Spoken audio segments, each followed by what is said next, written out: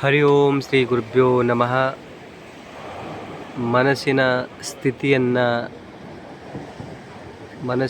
ಸ್ಥಿತಿಗಳ ಪ್ರಕಾರ ತಿಳಿತಾ ಒಂದು ವಿಚಾರ ಮಾಡೋಣ.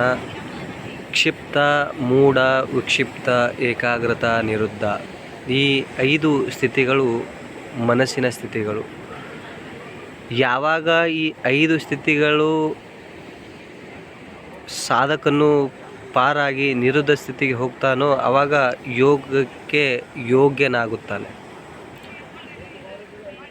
ಕ್ಷಿಪ್ತ ಅಂದರೆ ಅಲ್ಲಿ ಇಡೀ ಚಂಚಲತೆ, ಕೇವಲ ಚಂಚಲತೆ, ಸಾಧನೆ ಪ್ರತಿ ಆಕರ್ಷಣೆ ಇರೋ, ಸಾಧನೆ ಪ್ರತಿ ಒಂದು ಗಮನವೇ ಹರಿಸೋದಿಲ್ಲ. ಅಂತಹ ಸ್ಥಿತಿಗೆ ನಾವು ಕ್ಷಿಪ್ತ ಅಂತೇವೆ.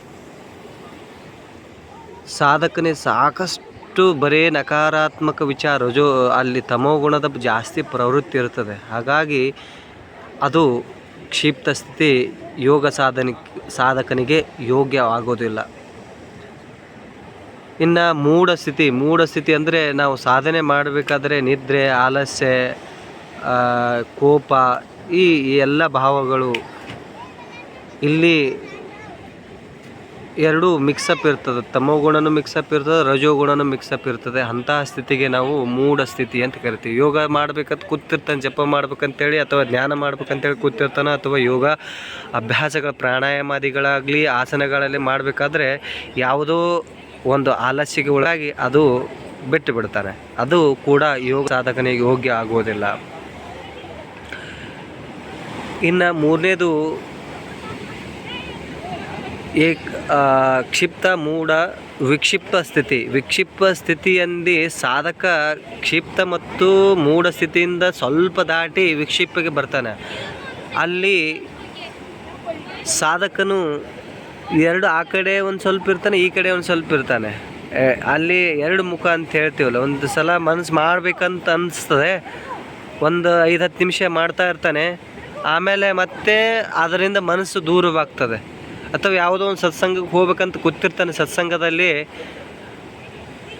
ಹೋಗ್ತಾನೆ, ಸತ್ಸಂಗಕ್ಕೆ ಕೂತ್ಕೊಂಡ ತಕ್ಷಣ ಯಾರೋ ಒಂದು ಫೋನ್ ಬಂದ ತಕ್ಷಣ ಸತ್ಸಂಗದಿಂದ ಸಡನ್ಲಿ ಎದ್ದು ಬರ್ತಾರೆ. ಜ್ಞಾನ ಕೂತಿರ್ತಾನೆ, ಇವತ್ತೇ ನಾನು ಏನು ಮಾಡೋದು ಜ್ಞಾನದಿಂದ ಹೇಳ್ಬಾರ್ದು ಅಂತೇಳಿ ಜ್ಞಾನದಿಂದ 2 ನಿಮಿಷ ಆಗಿರಲ್ಲ, ಮತ್ತೆ ಯಾವುದೋ ಒಂದು ವಿಚಾರಗಳು ಬಂದು ಮನಸ್ಸಿನಲ್ಲಿ ಜ್ಞಾನದಿಂದ ಹೊರಗಡೆ ಬರ್ತಾನೆ. ಹೀಗೆ ಎಲ್ಲವೂ ಸ್ಥಿತಿ, ಈ 3 ಸ್ಥಿತಿ, ಕ್ಷಿಪ್ತನೂ ಯೋಗ್ಯತೆ ಅಲ್ಲ, ವಿಕ್ಷಿಪ್ತನೂ ಅಲ್ಲ, ಮೂಢ ಸ್ಥಿತಿನೂ ಈ ಯೋಗ ಸಾಧನೆಗೆ ಯೋಗ್ಯವಲ್ಲ. ಈಗ ಏಕಾಗ್ರ ಸ್ಥಿತಿಗೆ ಯಾವಾಗ ಸಾಧಕನು ಕ್ಷಿಪ್ತ, ಮೂಢ, ವಿಕ್ಷಿಪ್ತಗಳಲ್ಲಿ ಸುಮಾರು ದಿನಗಳಿಂದ ದಾಟ್ತಾ ಏಕಾಗ್ರ ಸ್ಥಿತಿಗೆ ಬರ್ತಾನೆ. ಒಂದೇ ಒಂದು ಸ್ಥಿತಿಯಲ್ಲಿ ಕುಳಿತುಕೊಳ್ಳಲು ಸಾಧನೆ ಮಾಡಲು ಪ್ರಾರಂಭಿಸ್ತಾನೆ. ಅಂತಹ ಸ್ಥಿತಿಗೆ ನಾವು ಏಕಾಗ್ರ ಸ್ಥಿತಿ ಅಂತ ಕರಿತೀವಿ. ಏಕಾಗ್ರ ಸ್ಥಿತಿಯಲ್ಲಿ ಕೂಡ ಅದು ಸುಮಾರು 1 ಅವರ್, 2 ಅವರ್, 3 ಅವರ್ ಸಾಧಕನ ಸಾಧನೆ ಮಾಡ್ತಾ ಮನಸ್ಸು ಒಲ್ಲದಾಗಿಬಿಡ್ತದೆ. ಮತ್ತು ಬೇರೆ ಕಡೆ ಹೋಗುವಂಥ ಸ್ಥಿತಿ ಏನಿರ್ತದಲ್ಲ, ಅಂತಹ ಸ್ಥಿತಿಗೆ ನಾವು ಏಕಾಗ್ರ ಸ್ಥಿತಿ ಅಂತ ಕರಿತೀವಿ. ಇನ್ನು ನಿರುದ್ಧ ಸ್ಥಿತಿ ಅಂದರೆ ಈ ಸಂಪೂರ್ಣ 4 ಅವಸ್ಥೆಗಳು ದಾಟಿ ನಿರುದ್ಧ ಅವಸ್ಥೆ, ಸುಮಾರು ದಿನಗಳ ಕಾಲ ತೆಗೆದುಕೊಂಡ ನಿರುದ್ಧ, ಯಾವುದೇ ಅಲ್ಲಿ ಮನುಷ್ಯ ಇರೋದು, ಇವತ್ತು ಮಾಡಬೇಕಂದ್ರೆ ಮಾಡಬೇಕು, ನಿರುದ್ಧ ಸ್ಥಿತಿ. ಇವತ್ತು ಹೀಗಾಗಬೇಕಂದ್ರೆ ಹೀಗಾಗಬೇಕು, ಇವತ್ತು ಓದಬೇಕಂದ್ರೆ ಓದಬೇಕು, ಇವತ್ತು ಪರೀಕ್ಷೆ ಬರಿಬೇಕು ಅಂದರೆ ಬರಿಬೇಕು. ಈ ನಿರ್ದಿಷ್ಟ ನಿರ್ಧಾರಗಳೇನು ಇರ್ತಾವಲ್ಲ, ಅದು ನಿರುದ್ಧ ಸ್ಥಿತಿ ಅಂತ ಕರಿತೀವಿ. ಅಲ್ಲಿ ಏಕಾಂತದಲ್ಲಿ ಕುಳಿತುಕೊಳ್ಳಲು ಸುಮಾರು ದಿನಗಳ ಜನಸಂಪರ್ಕ ಇಲ್ಲದೆ ದಿನಗಳ ಕಾಲ ಸಾಧಕನು ಸಾಧನೆ ಮಾಡುವಂಥ ಸ್ಥಿತಿಗೆ ನಿರುದ್ಧ ಸ್ಥಿತಿ ಅಂತ ಕರಿತೀವಿ. ಈ ಎಲ್ಲವೂ ಕೂಡ ಮನಸ್ಸಿನ ಸ್ಥಿತಿಗಳೇ. ಕ್ಷಿಪ್ತನು ಮನಸ್ಸಿನ ಸ್ಥಿತಿ, ಮೂಢನು ಮನಸ್ಸಿನ ಸ್ಥಿತಿ, ವಿಕ್ಷಿಪ್ತನು ಮನಸ್ಸಿನ ಸ್ಥಿತಿ, ಏಕಾಗ್ರತವು ಮನಸ್ಸಿನ ಸ್ಥಿತಿ ಮತ್ತು ನಿರುದ್ಧವು ಮನಸ್ಸಿನ ಸ್ಥಿತಿ. ಹಾಗಾಗಿನೇ ಮನಸ್ಸು ಬಹಳಷ್ಟು ಚಂಚಲ. ಅದಕ್ಕಾಗಿ ಇವೆಲ್ಲ ದಾಟಬೇಕಾದ್ರೆ ಪತಂಜಲಿ ಮಹರ್ಷಿಗಳು ಹೇಳಿದ್ದಾರೆ, 5 ವೃತ್ತಿಗಳು ಹೇಳ್ತವೆ: ಪ್ರಮಾಣ, ವಿಪರ್ಯ, ವಿಕಲ್ಪ, ನಿದ್ರಾ, ಸ್ಮೃತಯ. ಈ ಎಲ್ಲವೂ ವೃತ್ತಿಗಳನ್ನು ದಾಟಿದಾಗ ಎಲ್ಲವೂ ವೃತ್ತಿಗಳು ಈ ಮೂಢ, ವಿಕ್ಷಿಪ್ತ, ಕ್ಷಿಪ್ತ ಅವಸ್ಥೆಯಲ್ಲಿ ಬರ್ತಾ ಇರ್ತವೆ. ಈಗ ಏಕಾಗ್ರ ಸ್ಥಿತಿ ಬಂದಾಗ ಸ್ವಲ್ಪ ಸ್ಮೃತಿಗಳು ಇರ್ತಾ ಇರ್ತವೆ. ಇವಾಗ ಸ್ಮೃತಿಯಲ್ಲಿ ಸಂಪೂರ್ಣ ಶೂನ್ಯ ಸ್ಥಿತಿ ಬಂದು ತಲುಪಿದಾಗ ನಾವು ನಿರುದ್ಧ ಸ್ಥಿತಿ ತಲುಪಲಿಕ್ಕೆ ಸಾಧ್ಯವಾಗ್ತದೆ. ಹಾಗಾಗಿನೇ ಭಾಳಷ್ಟು ಸಾಧನೆ ಮಾಡಬೇಕು. ಯೋಗ ಬಹಳಷ್ಟು ಅದ್ಭುತವಾದಂಥ ಶಾಸ್ತ್ರ. ಅದನ್ನು ಅರ್ಥ ಮಾಡಿಕೊಳ್ಬೇಕಾದ್ರೆ ಸುಮಾರು ವರ್ಷಗಳ ಕಾಲ ಆಗ್ತದೆ. ನಮ್ಗೆ ಗುರುದೇವರು ಹೇಳ್ತಾ ಇದ್ದರು, ಈ ಆಧ್ಯಾತ್ಮಿಕ ಸಾಧನೆ ಮತ್ತು ಯೋಗ ಸಾಧನೆಗೆ ನೀವು ಬರಬೇಕಾದ್ರೆ ಅನೇಕ ಜನ್ಮಗಳಲ್ಲಿ ಮಾಡಿರ್ತಕ್ಕಂತಹ ಪುಣ್ಯ ಕಾರ್ಯಗಳಿಂದಾಗಿ ನೀವು ಯೋಗ ಮಾರ್ಗದಲ್ಲಿ ಅಥವಾ ಆಧ್ಯಾತ್ಮ ಮಾರ್ಗದಲ್ಲಿ ಬಂದಿರ್ತೀರಿ.